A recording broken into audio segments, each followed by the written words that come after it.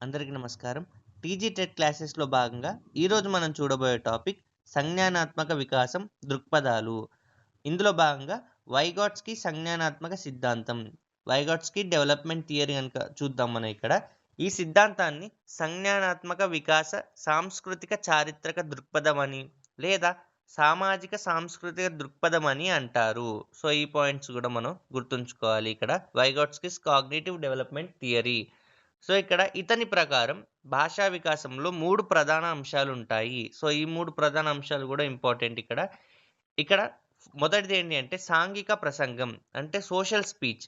2 సంవత్సరాల వయస్సులో పిల్లలు ఇతరులతో మాట్లాడే ప్రయత్నం జేస్తారు. సోషల్ స్పీచ్‌లో అంటే 2 ఇయర్స్ అప్పుడు. ఇయర్స్ గూడా వాళ్ళ ఏజ్ గూడా ఇంపార్టెంట్ ఇక్కడ. ఇతరులతో మాట్లాడే ప్రయత్నం అనేది చేస్తారు 2 సంవత్సరాల వయసులో. దీన్నే మనం సోషల్ స్పీచ్ అంటారు.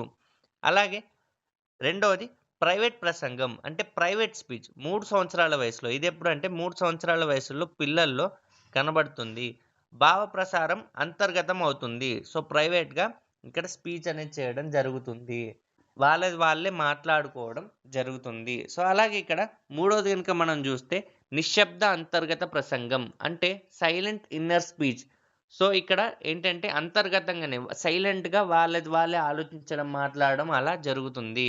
సో, ఈ 3 గూడా సోషల్ స్పీచ్, ప్రైవేట్ స్పీచ్, అలాగే సైలెంట్ ఇన్నర్ స్పీచ్ 7 సంవత్సరాల వయసులో ఉంటుంది.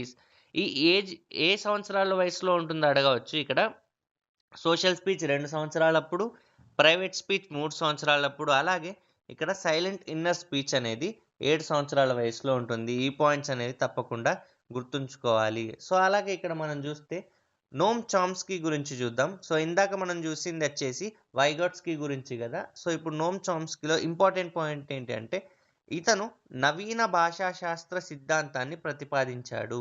సో, మన క్వెషన్ 2 రకాలుగా గూడా అడగవచ్చు. నోమ్ చామ్స్కీ ఏ సిద్ధాంతాన్ని ప్రతిపాదించాడు అంటే, నవీన భాషా శాస్త్ర సిద్ధాంతం, లేదా నవీన భాషా శాస్త్ర సిద్ధాంతాన్ని ఎవరు ప్రతిపాదించారు అంటే, నోమ్ చామ్స్కీ. సో, అలాగే ఇక్కడ జీరోమ్ బ్రూనర్ గురించి గూడా అడగవచ్చు.